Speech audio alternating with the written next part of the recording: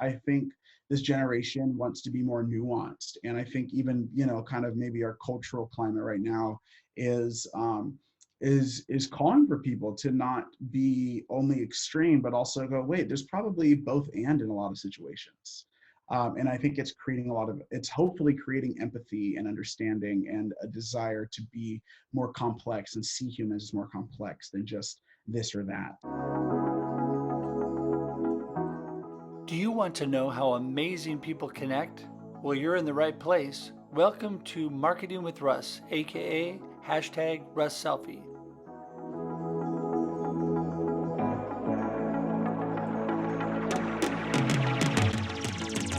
Hello, everybody. Russ here for another episode of Marketing with Russ, aka #RussSelfie. And I'm here today with my friend and actually a longtime friend of my son and daughter's, Christian Dawson today. Christian, how are you doing? Hey, I'm good, Russ. Thanks for letting me hang out with you and all the people on here. You bet. Hey, we're glad to have you today. You know, Christian recently was ordained as a licensed minister. Congratulations on that, by the way.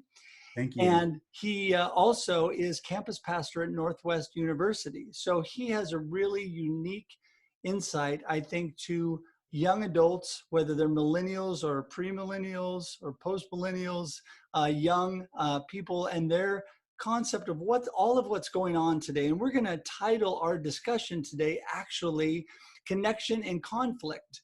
And so we deal with a lot of conflict in life, and I just wanted to get your perspective on that today, Christian. But first, I've given a little snippet on you, but tell us more about yourself. Yeah, so like was said, my name's Christian. I am 28 years old, live in Seattle. I'm a Seattle kid, kind of born and raised.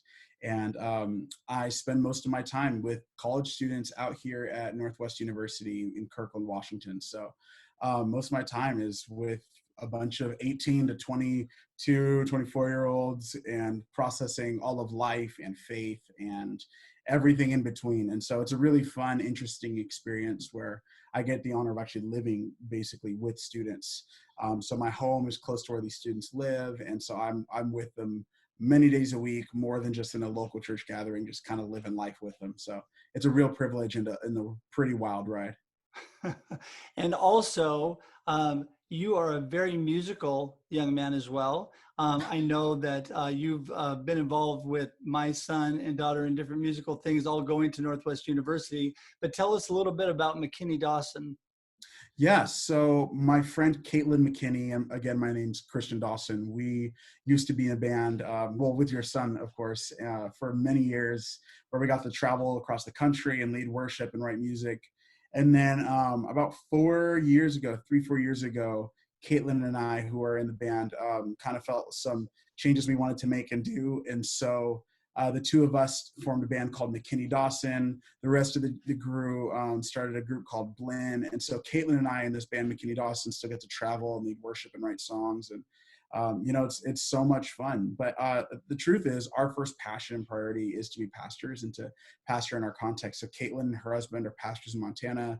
I'm out in Seattle, and we write music for people who are in church. And so our hope is just to continue to pastor people through music, and it's a real privilege to get to do that. Well, that's so awesome. You are such a talented young man, and I always love listening to you sing. And you are awesome on the keys as well. And so I really appreciate you. I know that really speaks to a lot of people today. Music really hits the heart. And I think that's it's so important in ministry. So, well, anyway, let's get in a little bit to the topic I wanted to touch on, and that is connection and conflict. So, All right. what do you do? Let's just start off with the question, what do you do to really connect with young adults that are coming from sometimes a different perspective, a different way of looking at, a different paradigm of life?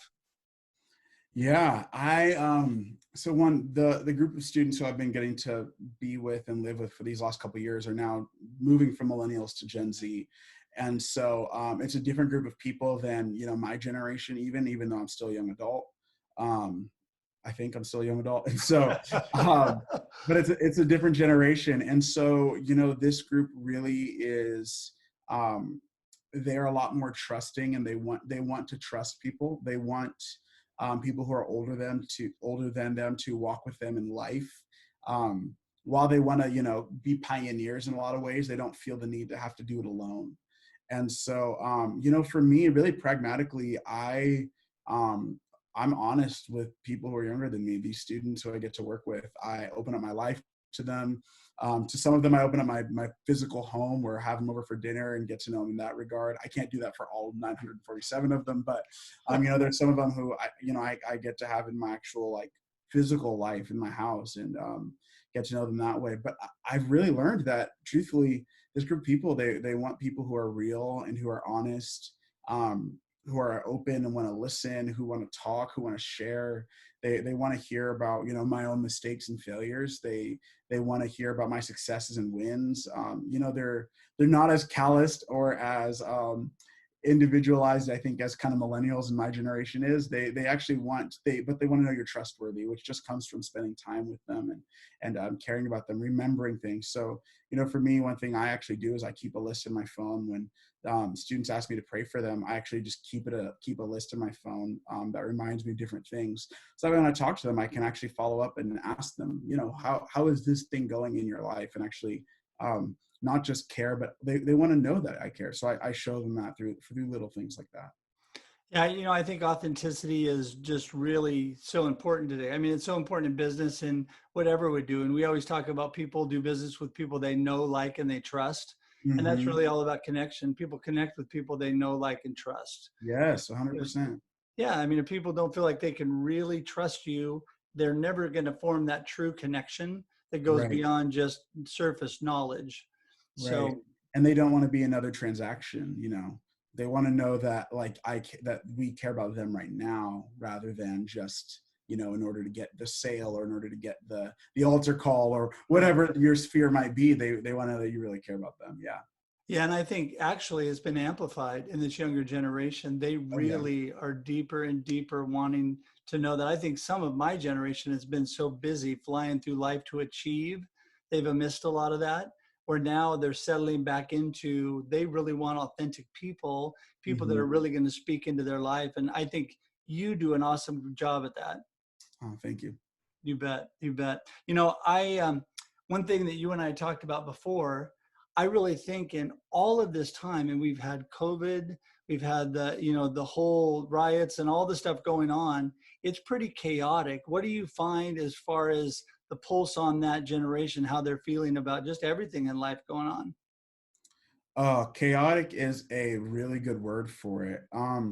You know, for everybody, the ground, it feels like the ground has been, the rug's been pulled. What is it? The rug's been swept from under us. Is that the phrase? There you go. Um, in so many ways, it feels like the way we understood the world, the way we operated, our very way of living was kind of pulled from under us. And for a group of people who are pretty young still, who are just kind of figuring out what it means to be them, 18 to 24, they're just discovering themselves at this point and figuring out how do I think, how do I make decisions, what is it like to budget for the first time, all these sort of life things, and their context kind of get pulled from under them. So I think some words to describe at first, it was I mean, pretty shocking and jarring. Yet I at the same time, I think they needed to, this generation really cares a lot and is very aware about mental and emotional health. So I think at first it was a very jarring situation and very hard. And not to say it's not, but the words now, I think it's less shock and it's more of how do we move forward. I think this generation does want to have a sense of resiliency and has built a little bit of that. But I think at the same time, they have a limited capacity, as most of us do, where they're realizing, wow, my capacity at one point in the world that I used to know is different than the capacity that I have right now. And so the amount of things they can take on, the amount of things they want to process or handle is changing. Even talking to some students last night saying, how do you feel about this upcoming school year? Some of the sentiments were, I'm really looking forward to being back with people. Yet, I'm nervous. I don't know what this is going to be. And if it's the same thing I signed up for originally. And I think they're willing to give it a try and figure it out. But there's some real apprehension, and there's a need for safety, I think, is a reality. There's this need of, am I going to be secure? And am I going to be safe? Am I going to step back into the world that I kind of knew? Or is this new world that I'm stepping into, will people care for me and will I really be safe? I think is the question people are asking. Yeah, I think that's probably a really broad question in a lot of generations, but definitely, the younger generation. And I think you brought it up, but they really want to move forward. They want to, all of us want to get beyond what's been happening. And, within that, you and I talked about, I think there's been so many positive things that have come out of Mm, all of this. And right. as we wrap up our time here, if you could just quickly speak to, what the positive things are that you've seen, how we've grown and learned from all this stuff going on right now. Yeah, I think the biggest positives I think are actually within our own character as people, right? I think that there's nothing that makes us resilient as people like hardship. You can't teach resiliency. You can tell people why it matters. You can tell people what it'll do for you, but you can't teach resiliency. You only become resilient by making it through things. And so I think there's some real character formation from these last weeks. I think this generation wants to be more nuanced, and I think even kind of maybe our cultural climate right now is is calling for people to not be only extreme, but also go, wait, there's probably both and in a lot of situations. And I think it's hopefully creating empathy and understanding and a desire to be more complex and see humans as more complex than just this or that. Um, I think another good from it is also, man, there's nothing like some hardship and a little bit of even some isolation that leads to some self-discovery. And I'm hearing a lot of stories of people going, man, I didn't realize about this about myself, or I'm seeing these ways that I cope with my life, or ways I handle my interpersonal turmoil. And there's some real health I think that's coming from it. And so there's a lot of it's hard for people, but I think this generation too, there's a lot of good that's coming out of it. And it's more of not. And I think the last thing I would say is this: I'm hearing a lot that they're feeling less and less pressure on themselves. They're going, it's okay for me to go slower than I thought. It's okay for me to. I can be gentle with myself in this time. And I think that's a big win that I didn't grow up with as much. I wish I would have learned to be gentler with myself and more accommodating and sometimes slower in these hardships. And I'm seeing that with this younger generation. Yeah, I think definitely it's given us time to slow down. It's Hmm. given us time to be more introspective on what's happening. And really, like you said, teaching us to care more. I think with everything that's going on, it's given us that perspective to slow down and care about people, because in the end, that's what really matters. Yes, 100%. So it's so great to talk to you. I wish we had more time, but we got to wrap up today. So No problem. let me know or let everybody know, what is the best way to get in contact with you if people want to hear more about you, about McKinney Dawson, about whatever's going on. Yeah, so you could just look up Christian G. Dawson on any social media. My email is contact@christiangdawson.com. It's just my full name with a middle initial, and it's an easy way to reach me. So Instagram is my primary social media, and then email is great for me as well. That's so awesome. Hey, thank you so much for taking time today. I really appreciate you. Of course, it's a pleasure. Thanks for what you do and for having me be a part. You bet. You bet. All right. Well, have an awesome day. Listen, all of you out there, remember the best way to get in touch with me is russhedge.com. There's links to all my social media and my email if you want to get in touch. And you can also schedule free time to chat with me, and we can just connect and learn more about you. So have an awesome day until we talk again. Bye-bye, everybody.